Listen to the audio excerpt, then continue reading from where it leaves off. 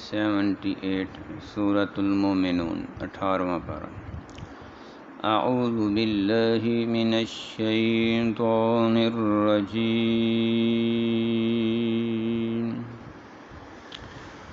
بسم اللہ الرحمن الرحیم۔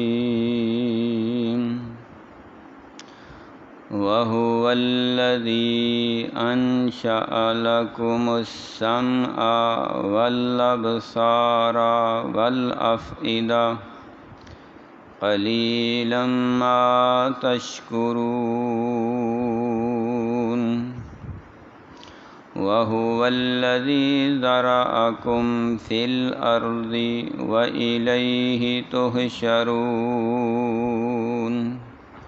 وَهُوَ الَّذِي، اور اللہ تعالیٰ وہ ذات ہے، انشأ جس نے پیدا کیا، لکم تمہارے فائدے کے لیے، السمع تمہاری سماعت کو، والابصار اور تمہاری بصارت کو، والافئدہ اور تمہارے دل کو، قلیلا ما تشکرون تھوڑے ہیں جو تم میں سے اس کا شکریہ ادا کرتے ہیں۔ وَهُوَ الَّذِي، اور اللہ تعالیٰ وہ ذات ہے، ذَرَأَكُمْ جس نے پھیلا دیا تم کو، فی الارض زمین کے کناروں میں، وَإِلَيْهِ تُحْشَرُونَ اور اس ذات کی طرف ہی تم سب کو اکٹھا کیا جائے گا۔ اللہ رب العزت نے اپنی قدرت کے کرشموں کا اظہار فرمایا ہے۔ اللہ تعالیٰ وہ ذات ہے جس نے کانوں کے اندر سننے کی طاقت رکھ دی۔ اللہ تعالیٰ وہ ذات ہے جس نے آنکھوں کے اندر دیکھنے کی طاقت رکھ دی ہے۔ اللہ رب العزت وہ ذات ہے جس نے دل کے اندر دھڑکنے کی طاقت رکھ دی ہے۔ اللہ رب العزت ہی وہ ذات ہے جس نے زمین کے بہت سارے حصے کو خشک رکھا ہے، میدانی بنایا ہے، زرخیز بنایا ہے، اور ان میں پہاڑ بنائے ہیں، کھیت بنائے ہیں۔ ہر طرف انسان کے لیے اس کو پھیلا دیا ہے۔ ایک وقت آئے گا جب یہ ساری چیزوں کا خاتمہ ہوگا اور سب کو اللہ تعالیٰ کے سامنے اپنے اعمال کی جواب دہی کے لیے اکٹھا ہونا پڑے، پیش ہونا پڑے گا۔ اس پیشی کے اور اس حاضری کے اور اس دن کی اللہ رب العزت کے سامنے اللہ کی عدالت میں پہنچنے کی یہ دنیا تیاری ہے۔ الدنیا مزرعۃ الآخرہ، دنیا آخرت کی کھیتی ہے۔ جو اس جہان میں ہم بیج ڈالیں گے، آخرت میں اس کو کاٹ لیں گے۔ اگر ہم نے یہاں پہ اپنے دل کی سرزمین کو ویران رکھا، اپنے دماغ کی سوچوں کو اصل رستے سے ہٹا دیا، خیالات بکھرے رہے اور بگڑے رہے، اور اپنی آنکھوں کو اور اپنے کانوں کو غلط طریقے سے استعمال کیا، غیر قانونی طور پہ، غیر شرعی طور پہ، تو پھر اللہ رب العزت گن گن کے حساب لیں گے، ایک ایک چیز کا حساب لیں گے۔ ثم لتسألن یومئذ عن النعیم، ایک ایک نعمت کے بارے میں بڑا ہی سخت، بڑا ہی کرخت سوال کیا جائے گا۔ جواب نہ ملنے پر پھر شدت کے ساتھ عبرتناک سزا دی جائے گی۔ سماعت کا ذکر کیا، کانوں کا، بصارت کا ذکر کیا، آنکھوں کا، افئدہ دل کا ذکر کیا، دل کے خیالات کا، دل کے ارادوں کا، کیونکہ انسان کی یہ جو باڈی ہے، سارا جسم ہے، یہ انسان کا جسم نہیں، یہ اللہ کی امانت ہے، اللہ تعالیٰ کی طرف سے یہ نعمت ہے، عطا کیا گیا ہے۔ اور جسم کا ہر عضو اللہ رب العزت کی امانت ہے۔ یہ نہیں کہا جا سکتا کہ جیسا میرا اپنا جسم ہے جیسے چاہوں میں اس کو استعمال کروں۔ جسم کے اوپر کنٹرول، قبضہ اور قدرت اللہ رب العزت کی ہے۔ اللہ تعالیٰ جب چاہتے ہیں کانوں سے سننے کی صلاحیت کھینچ لیتے ہیں، جب چاہتے ہیں کسی کی بصارت کو، آنکھوں کی بینائی کو، روشنائی کو کم کر دیتے ہیں یا ختم کر دیتے ہیں، اور جب چاہتے ہیں کسی کا ہارٹ اٹیک ہو جاتا ہے یا ہارٹ فیل ہی ہو جاتا ہے۔ تو انسان کا تو اپنے جسم کے اوپر بھی اختیار نہیں، اپنے جسم کے اعضاء کے اوپر بھی مکمل کنٹرول نہیں، تو پھر کیسے کہہ سکتا ہے کوئی انسان کہ میرا جسم ہے، میری مرضی ہے، جیسے چاہوں اس کو استعمال کروں؟ تو مرضی بھی اللہ تعالیٰ کی، جسم اللہ کا عطا کیا ہوا ایک تحفہ ہے، گفٹ ہے، اور اس کو اللہ رب العزت کی مرضی کے مطابق استعمال کریں گے تو پھر اللہ تعالیٰ اس کے لیے انعامات اور عجائبات، محلات، باغات رکھے ہیں۔ اور اگر اللہ تعالیٰ کی مرضی کے خلاف اس کو استعمال کیا تو پھر اللہ تعالیٰ ایک ایک عضو کو جہنم کے انگاروں سے جلائیں گے بھی اور سخت قسم کی عبرتناک سزائیں بھی دیں گے۔ اللہ سبحانہ و تعالیٰ نے قرآن پاک میں ہی کئی ایک مقامات پہ انسان کی سماعت کا، بصارت کا اور دل کا ذکر کر کے تو یہ فرمایا کہ یہ سب چیزیں ایسی ہیں کہ ان سب کے بارے میں سوال کیا جائے گا۔ وہ حضرات، وہ لوگ اور وہ انسان جن کو اللہ سبحانہ و تعالی نے انسانیت کے درجے سے ہی نکال دیا اور ان کو اس اعلیٰ رتبے سے فارغ کر دیا، اشرف المخلوقات کا جو تمغہ تھا، جو تاج تھا، ان سے اتار لیا اور انہیں جانوروں اور ان سے بھی بدتر قرار دیا، تو ان کا جو قصور اور جرم گنوایا گیا ہے وہ یہی بتایا گیا ہے کہ اللہ تعالیٰ نے انہیں آنکھیں دیں لیکن انہوں نے آنکھوں کا صحیح استعمال نہیں کیا، اللہ تعالیٰ نے کان دیے، کانوں کا صحیح استعمال نہیں کیا، رب تعالیٰ نے انہیں دل دیا لیکن دل کا صحیح استعمال نہیں کیا۔ تو اللہ سبحانہ و تعالیٰ نے فرمایا یہ اعضاء تو جانوروں کے پاس بھی ہیں، جانور بھی آنکھیں رکھتے ہیں، کان رکھتے ہیں، ان کے بھی جسم کے اعضاء ہیں، لیکن ان کے اوپر کوئی قانون لاگو نہیں ہوتا۔ تو اگر تم بھی جانوروں جیسی زندگی گزارو گے اور اپنے آپ کو لا قانون سمجھو گے، لا قانونیت کی زندگی گزارو گے تو تمہارے اور چار پایوں میں کیا فرق ہے؟ تو ایسے ہی لوگوں کے بارے میں اللہ نے فرمایا یہ جانوروں جیسے ہیں، بلکہ جانوروں سے بھی بدتر زندگی گزار رہے ہیں۔ ان کا قصور اور جرم یہ ہے کہ یہ اولئک هم الغافلون، غافل اور بے خبر ہیں، ان کو اللہ تعالیٰ کے احکامات کی اطلاع ہی نہیں، یا اطلاع ہے تو ان کو فکر نہیں اور فکر کے ساتھ عمل نہیں، تو اللہ سبحانہ و تعالیٰ نے انسانیت کے درجے سے ہی اتار دیا۔ تو ایسے لوگوں کا انجام کیا ہے؟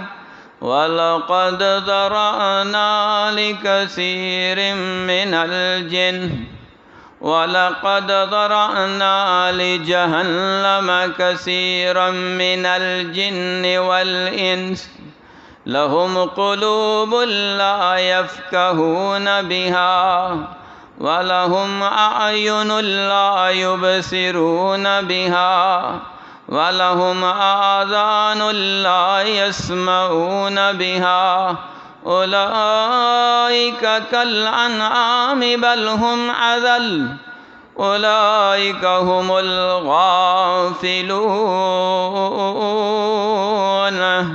بہت سے انسانوں اور جنوں کو جو غفلت کی زندگی گزار رہے ہیں اللہ نے جہنم کے لیے بنایا، جہنم انہی کے لیے بنایا۔ وَلَقَدْ ذَرَأْنَا لِجَهَنَّمَ كَثِيرًا مِنَ الْجِنِّ وَالْإِنسِ، تو کثیر تعداد میں جنات اور انسان جہنم میں جائیں گے۔ حضرت ابراہیم علیہ السلام نے اللہ سبحانہ و تعالیٰ کے سامنے اسی بات کا اظہار فرمایا تھا، یا رب تعالیٰ مجھے اور میری اولاد کو بت پرستی سے، شرک سے بچا لینا۔ دعا کی حضرت ابراہیم علیہ السلام، اذ قال ابراہیم رب جعلنی مقیم الصلاة ومن ذریتی ربنا وتقبل دعا، یا اللہ مجھے اور میری اولاد کو نمازی بنانا، اور مجھے اور میری اولاد کو شرک اور بت پرستی سے بچا لینا۔ وَاجْنُبْنِي وَبَنِيَّ أَن نَّعْبُدَ الْأَصْنَامَ رَبِّ إِنَّهُنَّ أَضْلَلْنَ كَثِيرًا مِّنَ النَّاسِ فَمَن تَبِعَنِي فَإِنَّهُ مِنِّي وَمَنْ عَصَانِي فَإِنَّكَ غَفُورٌ رَحِيمٌ۔ یا اللہ ان بتوں نے اور بت پرستوں نے بہت سے عام انسانوں کو راہ راست سے ہٹا دیا، گمراہ کر دیا ہے، ہدایت سے پھیر دیا، توحید سے پھیر دیا، صراط مستقیم سے الگ کر دیا۔ تو میں تیری بارگاہ میں دعا کرتا ہوں مجھے اور میری آل کو اس شرک سے اور شرک والوں سے، بتوں سے اور بت پرستوں سے بچا کے رکھنا۔ حضرت ابراہیم علیہ السلام کی دعا قبول ہوئی۔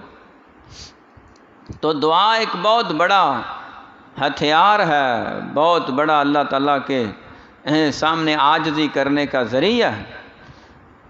تو ہمیں بھی دعا کرتے رہنا چاہیے، یا اللہ ہمیں جو نعمتیں عطا فرمائی ہیں، آنکھیں ہیں، کان ہیں، زبان ہے، جسم کے باقی اعضاء ہیں، ہاتھ ہیں، پاؤں ہیں، ان سب کو مرتے دم تک اسی طرح استعمال کرنے کی طاقت اور قوت عطا کر کے رکھنا۔ کوئی عضو بھی بیکار نہ ہو، کوئی عضو بھی لاغر نہ ہو، کوئی عضو بھی مجبور نہ ہو، معذور نہ ہو، فالج زدہ نہ ہو۔ تو ہر چیز کو ایکٹیو رکھنا۔ ایک تو یہ تندرستی کی، صحت کی دعا کرتے رہنا چاہیے، اور دوسری دعا جو اس سے بھی زیادہ ضروری ہے، اور وہ یہ ہے کہ یا رب تعالیٰ میرے جسم کے کسی عضو سے تیری نافرمانی نہ ہو، میرے جسم کا کوئی حصہ تیرا نافرمان نہ بنے۔ میرے ہاتھ تیرے فرما بردار، میرے پاؤں تیرے فرما بردار، میرا سر تیرے سامنے جھکنے والا، میرے دماغ کی سوچیں تیری اطاعت کے مطابق، میرے دل کی دھڑکنیں تیری محبت میں ہوں۔ یا رب تعالیٰ میرے کان، میری آنکھیں، میری زبان، یہ سارے اعضاء تیری اطاعت فرما برداری اور تیرے سامنے عاجزی انکساری میں رہنے والے ہوں، مرتے دم تک اپنا بنا کے رکھنا اور اپنے محبوب پیغمبر کا بنا کے رکھنا۔ تو یہ دعا کرتے رہنا چاہیے، ظاہری طور پہ بھی یہ جسمانی اعضاء صحیح رہیں اور روحانی طور پہ بھی جسمانی اعضاء صحیح رہیں، تب کہیں جا کے نجات ممکن ہے۔ وگرنہ سرکار دو عالم صلی اللہ علیہ وآلہ وسلم نے فرمایا کئی لوگ ایسے ہوں گے کہ جن کی آنکھوں کے اندر جہنم کے گرم سلاخیں آگ بنا کے آنکھوں میں پھیر دی جائیں گی۔ استغفر اللہ۔ تو قصور ان کا کیا ہے؟ انہوں نے آنکھوں کا غلط استعمال کیا ہے، اور ہر بندے کو پتہ ہے آنکھ کا صحیح استعمال کیا ہے، غلط استعمال کیا ہے۔ بہت سے گناہ خاموشی سے ہوتے ہیں، بغیر بولے، کوئی غلط منظر دیکھ رہے ہیں تو گناہ چل رہا ہے، آواز بھی نہیں آ رہی۔ اور بہت سی نیکیاں خاموشی سے ہوتی ہیں، بغیر بولے، بغیر سنے، بغیر آواز نکالے۔ جیسے کوئی بندہ خاموشی سے نماز پڑھ رہا ہے، خاموشی سے قرآن پڑھ رہا ہے، خاموشی سے بیٹھا ذکر کر رہا ہے، خاموشی سے بیٹھا درود پاک پڑھ رہا ہے۔ خاموشی کے ساتھ کئی ایک ایسے کام ہیں، چلتے چلتے کسی حقدار کو کوئی نہ کوئی رقم اس کے تعاون اور خدمت کے طور پہ آرام سے پکڑا دیتا ہے، کسی غریب مسکین کی مدد کر دیتا ہے۔ تو خاموشی سے کئی کام نیکی کے بھی ہو جاتے ہیں اور خاموشی سے کئی کام برائی کے بھی ہو جاتے ہیں۔ اور کرتا کون ہے؟ جسم کا کوئی نہ کوئی حصہ۔ حضور پاک صلی اللہ علیہ وآلہ وسلم نے فرمایا کہ مسلمان پوری دنیا میں جو رہتے ہیں وہ ایک جسد واحد جسم کی مانند ہیں۔ اگر جسم کے کسی حصے کو تکلیف ہو تو باقی سارا جسم پریشان رہتا ہے جب تک اس حصے کی تکلیف دور نہ ہو جائے۔ تو ہمیں فکر کرنی چاہیے کہ ہم اگر جسم کے ایک حصے سے گناہ کر رہے ہیں تو یوں سمجھے سارا جسم اس گناہ میں ملوث ہے۔ تو یہ نہ سمجھیں کہ باقی کا جسم تو صحیح سلامت ہے، آنکھ کی خیر ہے، کانوں کی خیر ہے، زبان کی خیر ہے۔ ایسے کبھی نہیں ہو سکتا۔ جسم کا ایک حصہ بیکار ہے تو سمجھو سارا حصہ ہی بیکار ہے۔ اور کئی حصے تو ایسے ہیں جن کے اوپر سارے جسم کی بنیاد ہے، دار و مدار ہے۔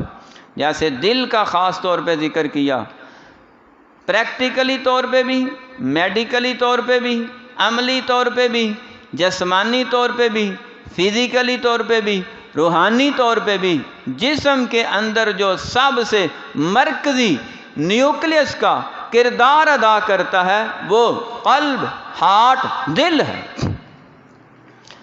فرمایا اگر دل صحیح ہے تو سارا جسم صحیح ہے، اور اگر دل خراب ہو گیا تو سارا جسم ہی خراب ہے۔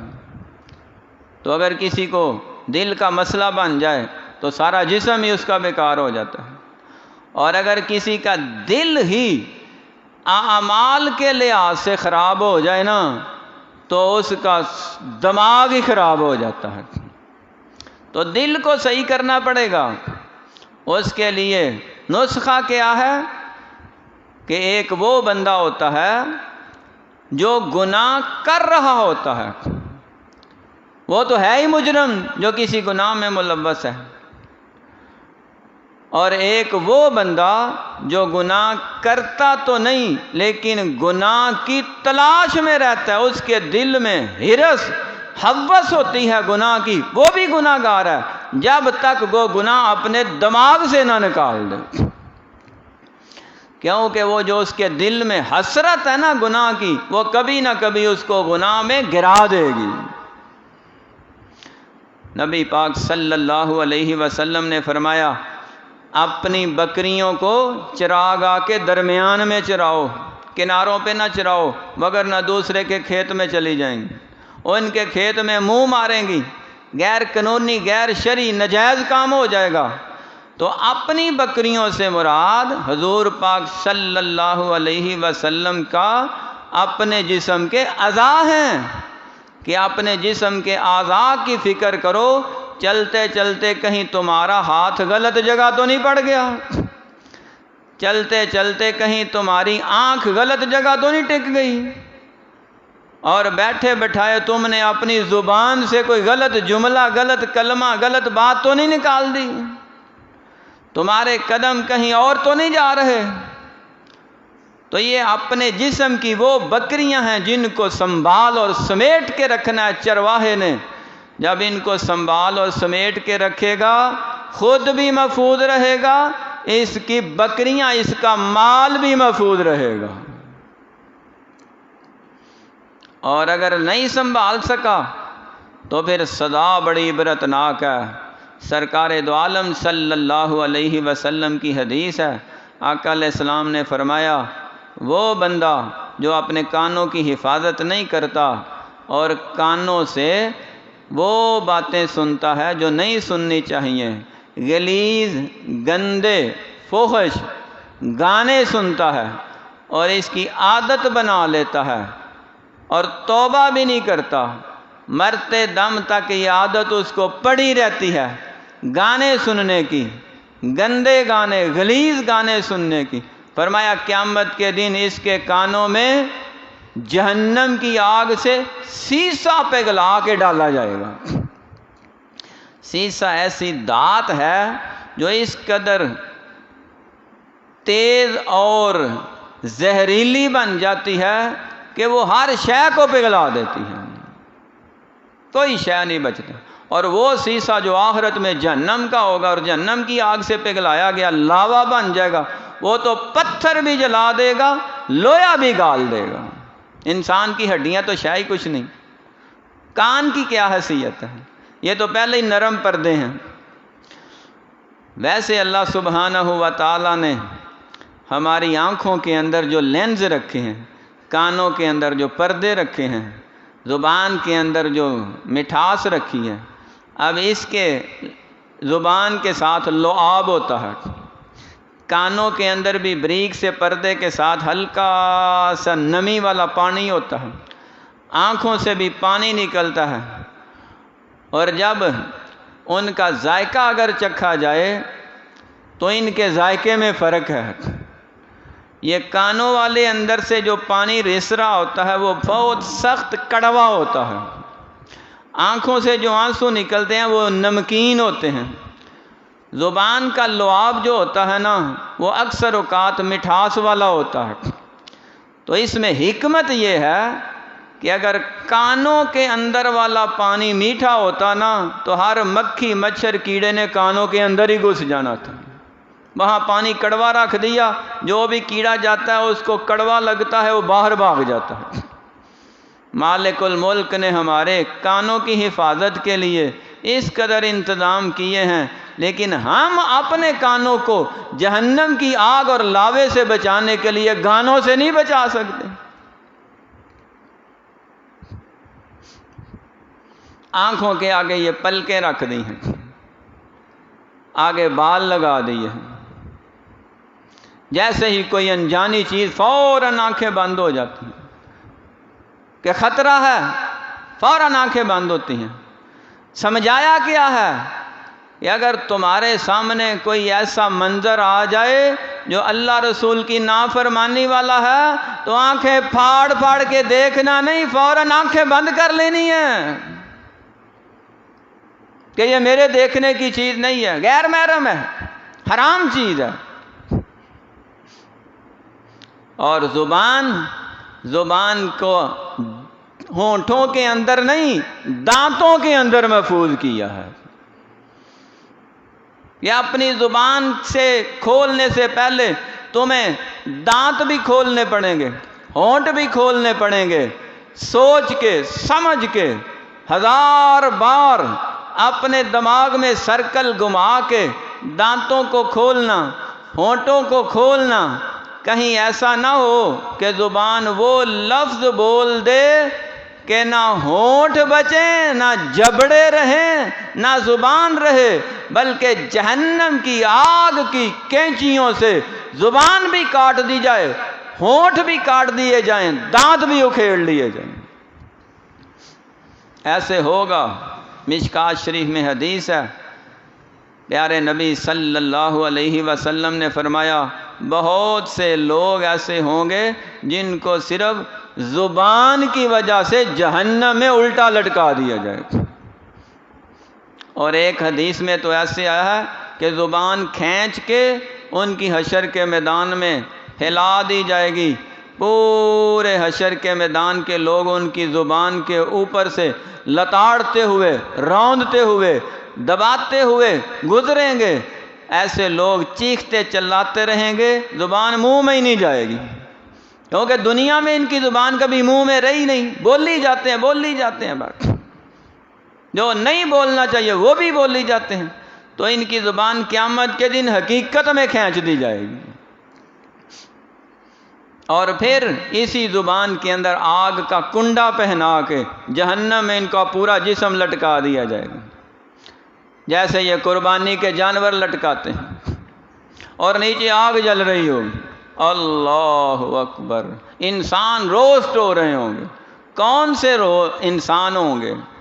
جیڑی اکھ جگراتے کٹ دی نہیں، وچ سجدے اتھرو سٹ دی نہیں، جتھوں روکی گئی اتوں ہٹ دی نہیں، تتا سرب اس چلنگا دے تو، سائیں وحدت ناد وجا دے تو، دل قدسیاں دے تڑفا دے تو، جو بندگی کرے او بندہ اے، دوجا گند دا بورا گندا اے، بڑا گندا تے بڑا مندا اے، دی وکھری قبر کڈا دے تو۔ اللہ سبحانہ و تعالیٰ نے ہمارے سمجھانے کے لیے پورا قرآن نازل فرمایا، انسانوں کی ہدایت کے لیے 1.25 لاکھ انبیاء مبعوث فرمائے ہیں، انسانوں کو جہنم سے بچانے کے لیے کئی حربے، کئی طریقے، کئی ذریعے استعمال فرمائے ہیں، اور پھر بھی اگر انسان جاہل رہیں، نادان رہیں، غافل رہیں، بے خبر رہیں، اور اللہ سبحانہ و تعالیٰ کی آواز پہ حی علی الصلاۃ، حی علی الفلاح پہ لبیک نہ کہیں، نہ عبادت کے لیے آئیں، نہ سجدے کے لیے آئیں، نہ قیام کے لیے آئیں، نہ رکوع کے لیے آئیں، نہ حاضری کے لیے آئیں، نہ جمعے کے لیے آئیں، نہ عید کے لیے آئیں، نہ رمضان میں آئیں، نہ بعد میں آئیں، تو پھر ایسے کانوں اور آنکھوں اور جسم کی سزا جہنم کی آگ ہی بنتی ہے۔ فرمایا بہت تھوڑے لوگ ہیں جو ان باتوں کو سمجھ کے تو اللہ کا شکریہ ادا کرتے ہیں۔ زمین تو بڑی پھیلی ہوئی ہے، اور اس زمین میں اللہ نے بہت سی نعمتیں رکھی ہیں، اخیر سب کچھ ملیا میٹ ہوگا، ختم ہوگا، اور سب نے اللہ کے دربار میں پیش ہونا ہے۔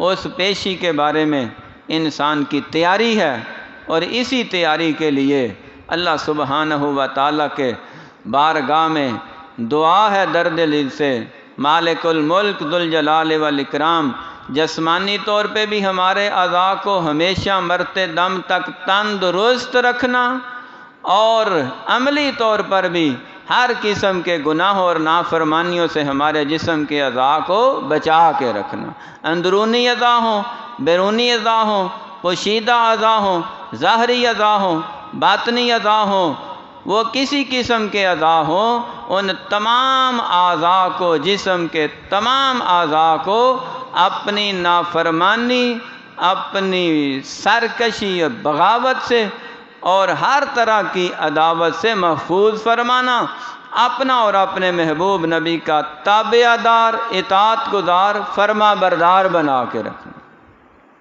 آمین ثم آمین۔ وَهُوَ الَّذِي أَنشَأَ لَكُمْ، اور اللہ تعالیٰ وہ ذات ہے جس نے پیدا کیا تمہارے لیے السمع والابصار والافئدہ، کانوں اور آنکھوں کو اور دل کو، قلیلا ما تشکرون، بہت تھوڑے ہیں جو شکریہ ادا کرتے ہیں۔ وَهُوَ الَّذِي ذَرَأَكُمْ، اور اللہ تعالیٰ وہ ذات ہے جس نے پھیلا دیا تم کو فی الارض، زمین میں، وَإِلَيْهِ تُحْشَرُونَ، اور اس ذات کی طرف ہی تم کو اکٹھا کیا جائے گا۔ صدق اللہ العظیم۔